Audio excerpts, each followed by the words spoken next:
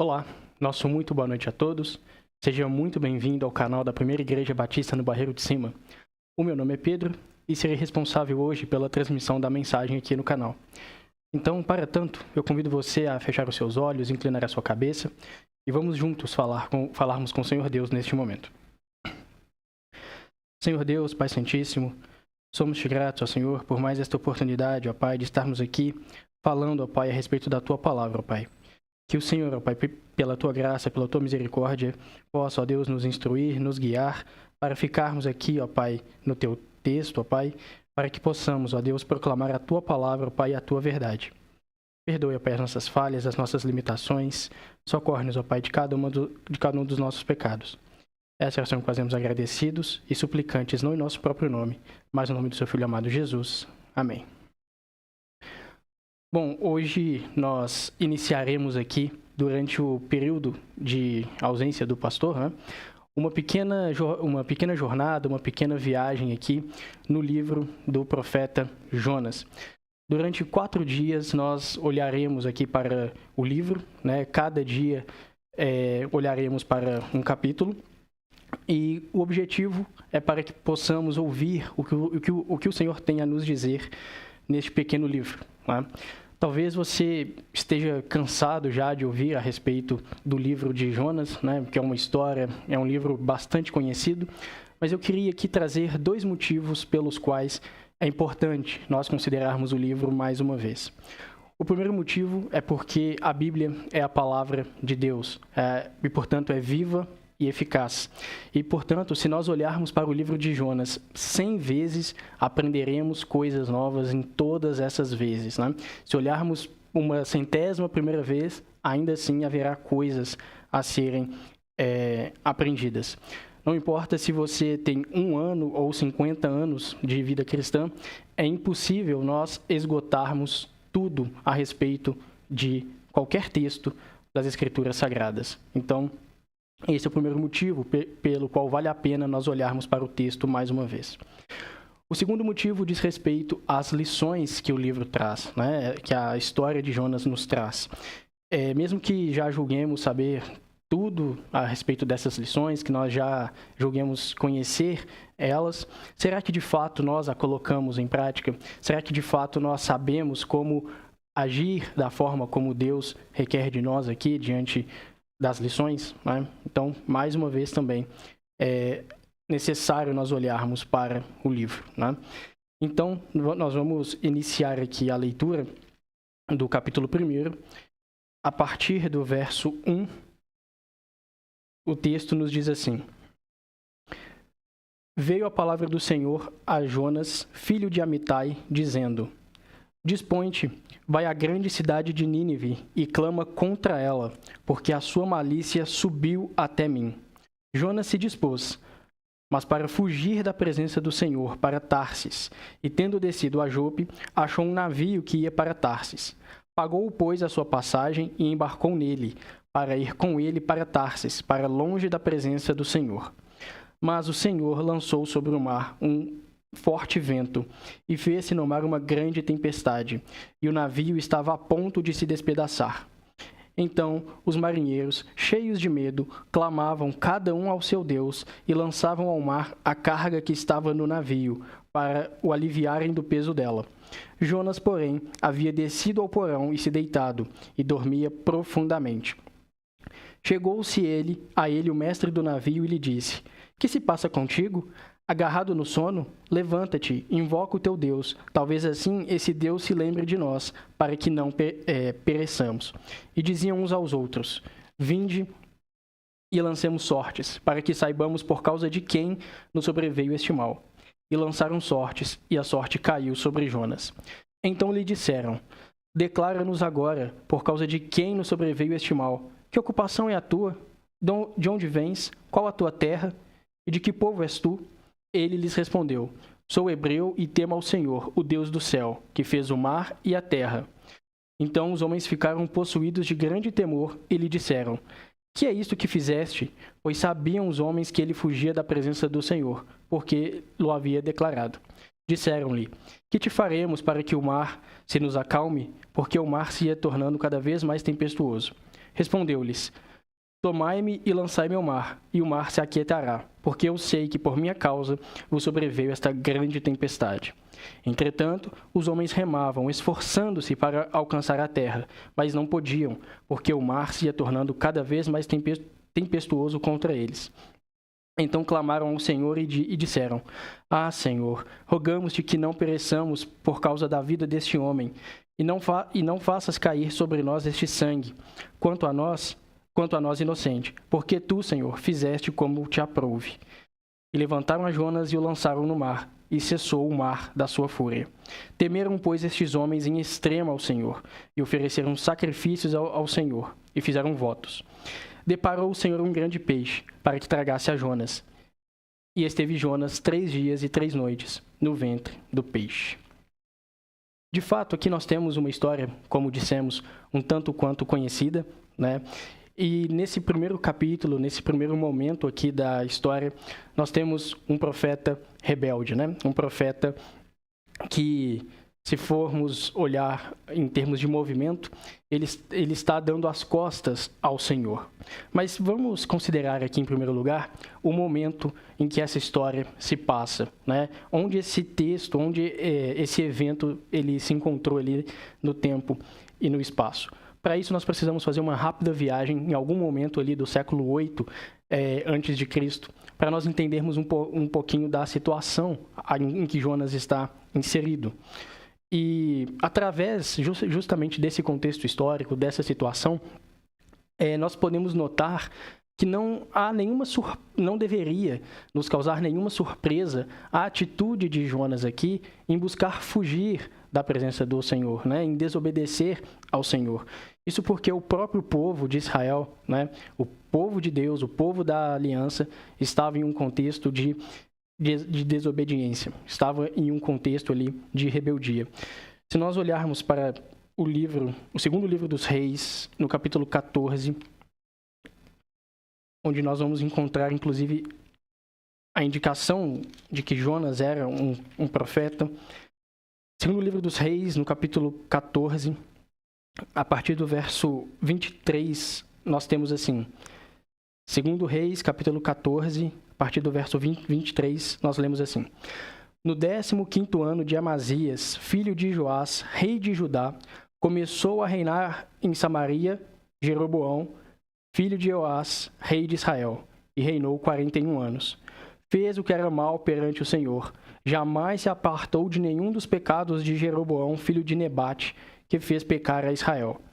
Restabeleceu ele os limites de Israel, desde a entrada de Amate até o mar da planície, segundo a palavra do Senhor, Deus de Israel, a qual falara por intermédio de seu servo Jonas, filho de Amitai, o profeta, o qual era de Gat-Hefer. Né? Aqui nós temos algumas coisas interessantes. A primeira delas é o fato de que Jeroboão era o rei de Israel ali na época, filho de Jeoás, né? E, portanto, era o rei do reino do norte, o reino de Israel. Enquanto que Amazias era rei ali em Judá. E, de fato, o que nos chama a atenção é que Jeroboão fez o que era mal perante o Senhor. É o que nos traz aí o verso 24. Entretanto, ainda assim, houve um período, né, era um período ali de uma prosperidade nacional, né, porque eles estavam recuperando terras que haviam sido roubadas pelos inimigos, né, que estavam ali ao redor. E essa recuperação de terra, digamos assim, essa recuperação de território, foi algo prometido por Deus e foi transmitido, inclusive, por meio de Jonas, né, o que o texto vai nos dizer. Entretanto, no período aqui de Jeroboão II, além de Jonas, nós temos também outros 2 profetas contemporâneos, Amós e Oséias. Esses 2 profetas, também que têm seus respectivos livros aqui nas Escrituras Sagradas, eles vão denunciar os pecados do povo nesse período. Né? Amós, inclusive, vai falar ali muito diretamente com Jeroboão, a fim de denunciar os seus pecados, né? Então, era uma situação que, apesar dessa prosperidade material, nacional, era um período de extremo pecado ali no povo, né? Como diz um autor, né? Eram dias de outono antes do inverno do juízo. E esse juízo viria, inclusive, pela Síria, né, cuja capital era Nínive. Então, diante dessa situação geopolítica, diante dessa situação, nós não justificamos a atitude de Jonas em se recusar a ir para Nínive, né, mas nós entendemos o motivo pelo qual a sua visão ali, né, a sua indisposição em ir para tal lugar para pregar contra os seus inimigos. Porque por mais que Jonas fosse pregar uma mensagem contra a cidade, Jonas tinha um conhecimento de Deus. E nós vamos ver isso com mais calma nos próximos capítulos, mas ele se recusou aí justamente por conhecer como que Deus age, né? Então ele se recusa a ir para tal cidade, porque para ele, Deus estender misericórdia, Deus estender qualquer tipo de bênção a outras nações era um absurdo, né? O seu nacionalismo precedia a sua teologia. Para Jonas, o que interessava era o seu próprio interesse, o interesse nacional ali, ao invés da vontade de Deus, ao invés dos interesses do Senhor, né? E aí, então, a partir do verso 1, né, de Jonas, capítulo 1, nós vamos ver algumas descidas do profeta. A partir aí, então, do verso 1, nós lemos: Veio a palavra do Senhor a Jonas, filho de Amitai, dizendo: Dispõe-te, vai à grande cidade de Nínive e clama contra ela, porque a sua malícia subiu até mim. Sim, cidade de Nínive, como nós dissemos, capital da Síria, uma cidade, na época, extremamente perversa e cruel, né? Mas a mensagem dada por Deus a Jonas era de juízo contra a cidade. Então Jonas vai no verso 3 e ele se dispõe não para ir à cidade, mas para fugir da presença do Senhor, né? Ele busca ir para Tarsis. E tendo descido a Jope, achou um navio que ia para Tarsis, pagou a sua passagem e embarcou nele para ir com eles para Tarsis, para longe da presença do Senhor. Aqui o que eu quero chamar a sua atenção é o fato de que 2 vezes nesse verso 3, o autor vai colocar a intenção de Jonas em fugir da presença do Senhor. Vejam, bem no início do verso, Jonas se dispôs, mas para fugir da presença do Senhor.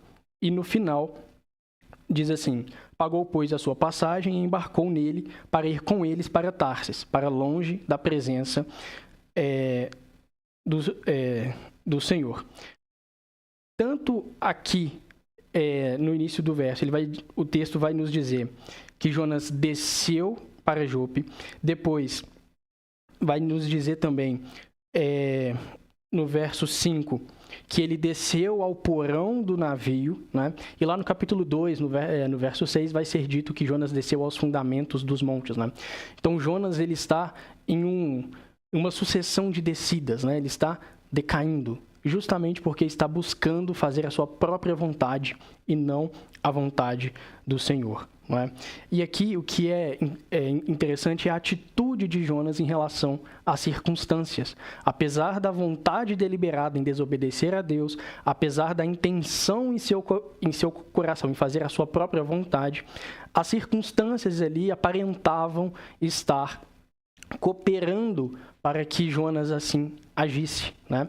Mas a realidade é que o Senhor, na sua providência, no seu amor, estava preparando Jonas para uma grande queda. O Senhor estava deixando Jonas fazer aquilo que era a sua própria vontade, a fim de discipliná-lo, a fim de ensiná-lo, não é? Spurgeon, comentando sobre essa situação, sobre essa dinâmica, ele vai dizer: que plano louco de Jonas, imaginando que poderia fugir do Senhor, que está presente em todo lugar, tão presente em Tarsis como em Nínive. E quão louco nós mesmos somos, né? Quando, conhecendo a palavra do Senhor, quando conhecendo a vontade de Deus, a desprezamos em detrimento da nossa própria vontade, né? E muitas vezes agimos assim, encaramos as circunstâncias que nos rodeiam como aparentemente favoráveis e não consideramos que pode ser a disciplina do Senhor agindo, que pode ser Deus justamente nos preparando para uma grande queda, né? A partir então aí do verso 4, nós temos a demonstração da soberania de Deus, do Senhor se mostrando como o que ele realmente é, o Criador de todas as coisas. Vejam, o verso 4 vai dizer: mas o Senhor lançou sobre o mar um forte vento e fez-se no mar uma grande tempestade, e o navio estava a ponto de se despedaçar, né? E o verso 5. Então os marinheiros, cheios de medo, clamavam cada um ao seu Deus e lançavam ao mar a carga que estava no navio para o aliviarem do peso dela. Jonas, porém, havia descido ao porão e se deitado, e dormia profundamente. Então aqui nós temos Deus, que como Senhor, como soberano, diante da desobediência de Jonas, manda um juízo, que é o vento, o mar tempestuoso. Nós temos os marinheiros que estavam desesperados diante daquela situação, até porque podemos presumir que eram homens experientes, né? Então eles viam ali uma situação um tanto quanto sobrenatural. E havia Jonas também, que havia descido ao porão do navio e dormia profundamente. Ou seja, mais uma atitude equivocada diante das circunstâncias. Jonas estava indiferente ao seu pecado. Jonas estava indiferente ao que estava acontecendo. Jonas, sobretudo, estava indiferente em relação à vida daqueles marinheiros que ali estavam. Um ponto importante também é que aqui os marinheiros tentam resolver a situação por si mesmos, né? Diante do juízo, diante daquela tempestade, eles tentam, ainda assim, formas de tentar resolver a situação, embora já tivessem reconhecido que não era uma situação ordinária, que não era uma situação cotidiana que se vê todos os dias. No verso 6, então, nós temos uma dura lição. O texto vai nos dizer: Jonas estava dormindo profundamente, e aí o verso 6. Chegou-se a ele o mestre do navio e lhe disse: que se passa contigo, agarrado ao sono? Levanta-te, invoca o teu Deus. Talvez assim esse Deus se lembre de nós, para que não pereçamos. Vejam, esses marinheiros, o capitão do navio aqui, principalmente, eram homens incrédulos, eram homens que acreditavam em deuses falsos, em deuses feitos à sua imagem e semelhança, e não conheciam ao Deus verdadeiro, não conheciam ao Deus que estava causando aquela situação toda, né? Mas a lição aqui que nós temos é quão triste é quando crentes em Cristo Jesus, quando servos de Deus precisam ser acordados de sua letargia por incrédulos, quando estão tão indiferentes, tão acomodados em seus pecados, que é preciso os incrédulos o despertarem dessa letargia. Quão triste é quando as nossas atitudes contrariam tão frontalmente nossa profissão de fé, contrariam tão frontalmente aquilo que nós professamos com os nossos lábios. E quão triste é estarmos alheios à necessidade dos incrédulos ao nosso redor. Quão triste é negligenciarmos a mensagem do Senhor àqueles que nos rodeiam, muitas vezes porque, assim como Jonas, queremos colocar a nossa vontade acima da vontade de Deus. No verso 7, o texto prossegue: e diziam uns aos outros: vinde e lancemos sortes, para que saibamos por causa de quem nos sobreveio este mal. E lançaram sortes, e a sorte caiu sobre Jonas. Sim, não existe coincidências, né? Os homens aqui supersticiosos lançaram sortes conforme o costume, né?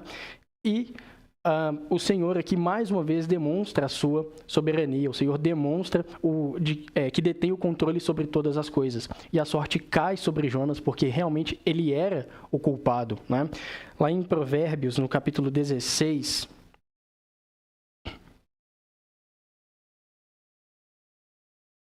Provérbios, capítulo 16, no verso 33, nós lemos assim: a sorte se lança no regaço, mas do Senhor procede toda a decisão, né? Aqueles homens supersticiosos acreditavam em sorte, azar e etc. Mas aqui o que nós temos no capítulo 16 de Provérbios é que o Senhor está por trás de todas essas coisas. Então, mais uma vez aqui, o Senhor demonstra a sua soberania, demonstrando o culpado da situação. No verso 8, então, nós temos: então lhe disseram: declara-nos agora por causa de quem nos sobreveio este mal, que ocupação é a tua, de onde vens, qual a tua terra e de que povo és tu? Vejam, os marinheiros começam a interrogar Jonas. Jonas aqui está em um tribunal, né? Ele está sendo inquirido. E ele então responde a essas inquirições no verso 9.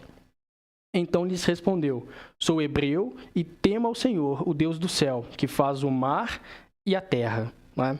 E aqui o que nós temos é justamente a sentença dada. Né? Os marinheiros interrogam a Jonas, Jonas responde e com muita convicção, né? Ele diz que ele é hebreu, que teme ao Senhor, o Deus do céu, que fez o mar e a terra. Né? Ou seja, conhecedor de todos os atributos de Deus, né? Como o Criador de todas as coisas. E a sentença, então, é clara. Jonas, por suas atitudes, estava contradizendo sua profissão de fé, né? A sua profissão, inclusive, de profeta, não é? Porque estava mostrando que, apesar de ser hebreu, do povo da aliança, de ser aquele povo que foi resgatado do Egito, com mão poderosa, né? Pela mão do Senhor, estava colocando a sua vontade acima de todas as coisas, inclusive do próprio Senhor. Infelizmente, nós não somos muito diferentes de Jonas. Então, no verso 10, o texto vai nos dizer: então os homens ficaram possuídos de grande temor e lhe disseram: que é isto que fizeste? Pois sabiam os homens que ele fugia da presença do Senhor, porque o havia declarado. Vejam, diante da situação, os marinheiros demonstram mais sanidade do que o próprio Jonas, né? Que dizia temer ao Senhor, mas estava procurando fugir da presença dele. E os marinheiros, ao tomarem conhecimento da situação, demonstram uma sanidade, demonstram uma perplexidade diante da situação. Realmente porque Jonas estava tendo essa atitude equivocada diante das circunstâncias. Então, o problema foi identificado, o juízo também, e houve esse temor por parte dos marinheiros. A essa altura, evidentemente, Jonas também já sabia qual que era a situação, porque ele, inclusive, havia declarado aos marinheiros. Então, no verso 11, nos diz assim: disseram-lhe: que te faremos para que o mar se nos acalme, porque o mar se é ficando cada vez mais tempestuoso. E no verso 13, essa expressão também vai se repetir. Vejamos: entretanto, os homens remavam, esforçando-se para alcançar a terra, mas não podiam, porque o mar se ia tornando cada vez mais tempestuoso contra eles. Ou seja, o problema foi identificado e o problema era urgente. Jonas, no verso 12, ele vai apresentar a solução. Respondeu-lhes: tomai-me e lançai-me ao mar, e o mar se aquietará, porque eu sei que por minha causa vos sobreveio esta grande tempestade. Né?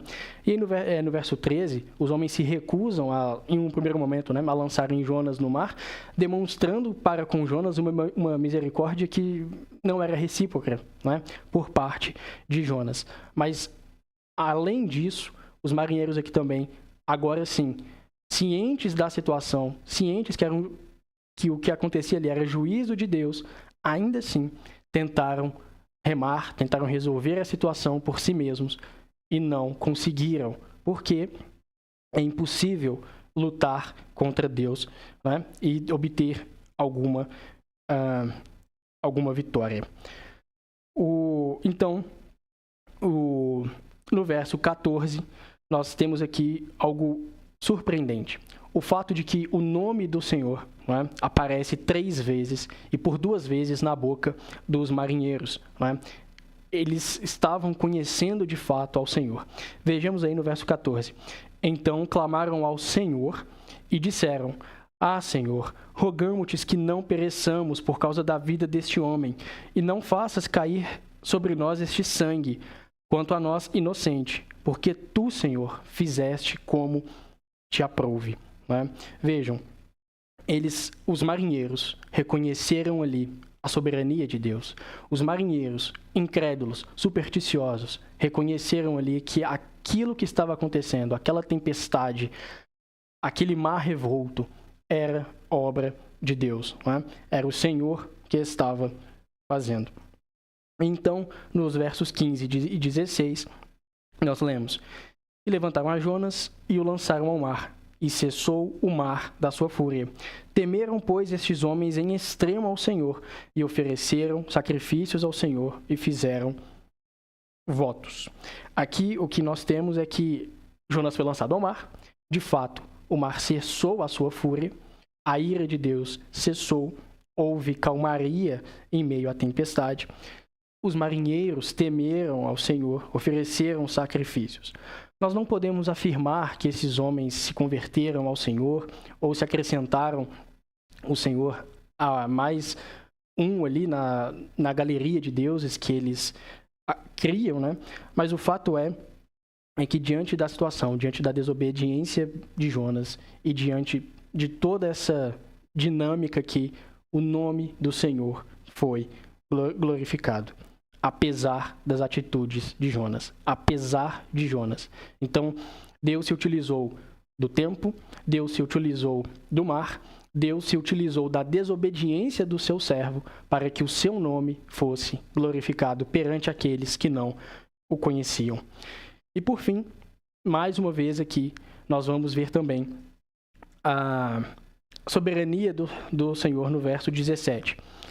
Deparou o Senhor um grande peixe para que tragasse a Jonas. E esteve Jonas 3 dias e 3 noites no ventre do grande peixe. Sim, é o Senhor que preparou esse peixe, o Senhor que designou esse peixe, né? A palavrinha adequada aí seria designou, né? Deus pegou um peixe que já existia para operar esse milagre ali em Jonas.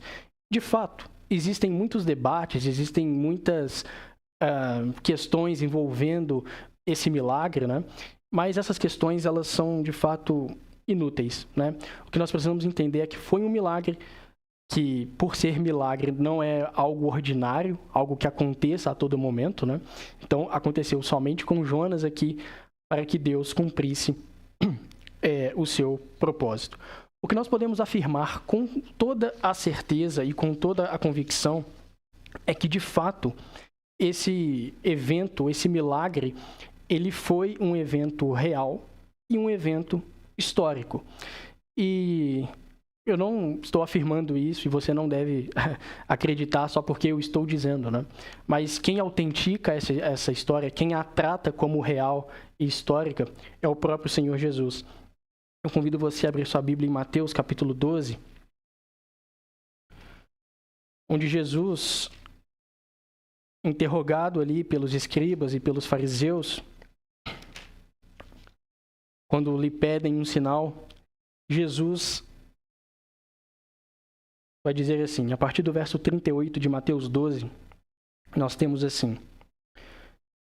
Então alguns escribas e fariseus replicaram: Mestre, queremos ver de tua parte algum sinal. Ele, porém, respondeu: Uma geração má e adúltera pede um sinal, mas nenhum sinal lhe será dado, senão do profeta Jonas. Porque assim como esteve Jonas 3 dias e 3 noites no ventre do grande peixe, assim o Filho do Homem estará 3 dias e 3 noites no coração da terra. De fato, ao longo da nossa pequena jornada aqui no livro de Jonas, nós olharemos para esse texto várias outras vezes, mas o que eu quero chamar a sua atenção é que, sim, o Senhor Jesus autentica a história de Jonas, demonstra que aquilo que aconteceu foi real e histórico, não é uma mera fábula, uma história fictícia, não, é uma história real, uma história que os judeus ali conheciam muito bem. E é por esse motivo, é justamente neste ponto que nós não podemos enxergar a história de Jonas como sendo tão somente uma história com lições. De fato, tem lições, como nós mencionamos aqui algumas, mas existe algo maior, né? O livro de Jonas vai apontar, vai demonstrar algo maior, né? Está nos demonstrando ali de uma forma vívida a história da própria redenção. E é o Senhor Jesus, então, que é a luz que nos permite enxergar essa história, de nos permitir enxergar de forma correta a história. E não só de Jonas, mas de todas as passagens do Antigo Testamento. E aqui nós precisamos fazer, então, algumas comparações, né? Em primeiro lugar, como nós vimos, Jonas se oferece para ser lançado ao mar. para morrer de fato, para que o juízo de Deus findasse. Jonas sabia que ele e os marinheiros ali estavam debaixo de juízo, né? Então, Jonas se oferece para ser lançado ao mar, para que a justiça fosse satisfeita, para que o juízo de Deus findasse e, sobretudo, para que aqueles homens ali, os marinheiros, eles não perecessem naquela tempestade. É nesse ponto que Jonas é uma imagem do Senhor Jesus. Mas, como dito aqui pelo Senhor Jesus, nesse capítulo 12, o Senhor Jesus é maior do que Jonas. Vejamos aqui, no verso 41 de Mateus 12. Ninivitas se levantarão no juízo com esta geração e a condenarão, porque se arrependeram com a pregação de Jonas. E eis aqui está quem é maior do que Jonas. E aqui nesse primeiro capítulo de Jonas, aqui, nessa primeira mensagem, vamos responder como o Senhor Jesus é maior do que Jonas, né? Então, diante dessa dinâmica, vejamos por que o Senhor Jesus é maior do que Jonas. Em primeiro lugar, Jonas sofreu em decorrência do seu próprio pecado, da sua própria desobediência. O Senhor Jesus, por outro lado, ele sofreu e morreu em decorrência do nosso próprio pecado e da nossa desobediência. É isso que nós encontramos em Romanos, no capítulo 5, no verso 12, onde Paulo vai dizer: portanto, assim como por um só homem entrou o pecado no mundo e pelo pecado a morte, assim também a morte passou a todos os homens, porque todos pecaram. Sim, todos nós nascemos debaixo da ira de Deus, todos nós nascemos debaixo do juízo, representado ali muito vividamente por meio da tempestade, por meio do mar revolto, né? Mas nós encontramos a solução do problema, nós encontramos a forma como resolver isso, não por nós mesmos, mas por meio do sacrifício de Cristo. Ele, assim como Jonas, foram os sacrifícios ali necessários para que a justiça de Deus fosse satisfeita e a ira cessasse. Outro ponto que nós precisamos considerar é que Jonas, ele sofreu ao enfrentar uma tempestade que ele mesmo causou. Uma tempestade resultado do seu próprio pecado. O Senhor Jesus, por sua vez, sofreu ao suportar uma tempestade causada pelos nossos próprios pecados. É isso que nós temos também em João, no capítulo 10.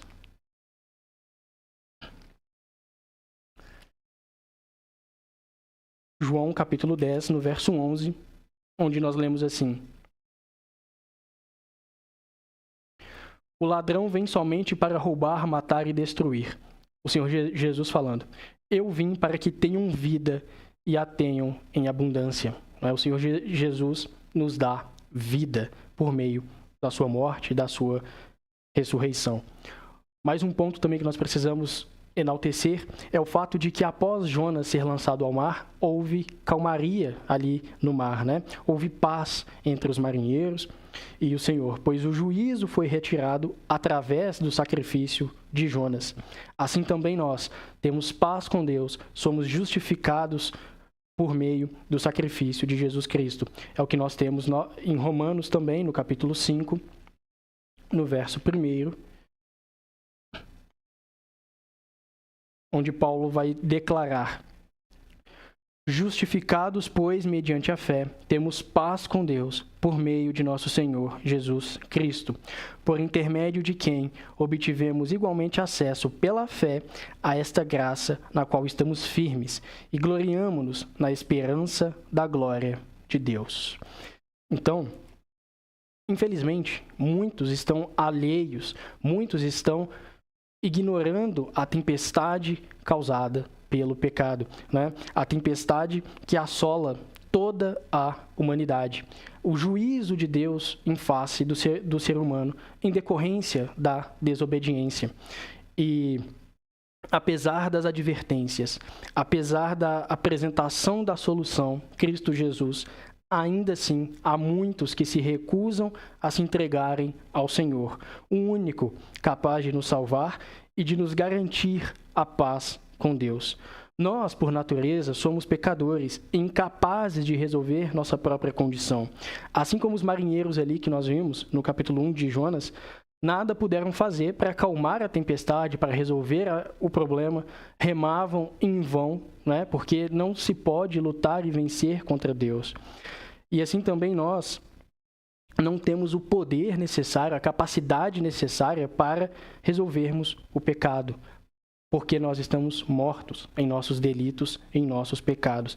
Precisamos de um mediador, e esse mediador é Cristo Jesus, o único capaz de nos reconciliar com Deus. O Senhor é soberano, nós não somos. O Senhor é santo, nós não somos. Por mais que achemos que tenhamos alguma virtude ou façamos algo aparentemente bom, a nossa condição diante de Deus é imutável por nós mesmos. Continuamos sendo inimigos de Deus. Portanto, o juízo é merecido, o juízo é devido. Por isso, necessitamos desesperadamente do Senhor Jesus. Vejam que nesse capítulo 1, e nós vamos ver isso com mais detalhe no capítulo 2 especificamente, existe uma relação, um nexo de causalidade entre a palavra de Deus, a desobediência e o juízo. Mas o que quebra esse nexo de causalidade, o que quebra essa relação é justamente o arrependimento. É justamente o fato de nós reconhecermos que nada somos, que nada podemos e que precisamos de fato de um Salvador. De não tentarmos remar como os marinheiros por nós mesmos contra a tempestade do pecado, contra o juízo de Deus. Diante da palavra de Deus, diante daquilo que nós vimos, representado inclusive com Jonas, nós temos apenas duas respostas, ou obediência ou desobediência. Hoje, você pode se render ao Senhor, você pode obedecer crendo que nada pode, que o Senhor Jesus é o único capaz de trazer paz a você com Deus, ou você pode continuar a resistir, continuar a lutar sozinho, a lutar com suas próprias forças diante de um Deus que só aceita a perfeição e é o Criador de absolutamente tudo. Lembre-se, o controle nunca esteve em nossas mãos. Tudo está nas mãos do Senhor, inclusive a salvação. Vamos orar.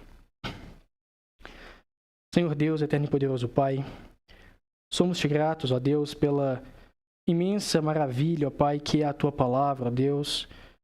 Somos-te gratos, ó Pai, pela Tua revelação a nós, ó Deus, por nos mostrar, ó Pai, o quão perfeito Tu és, ó Pai, e o quão inútil, ó Pai, nós somos, e o quão necessitamos de Ti, ó Pai.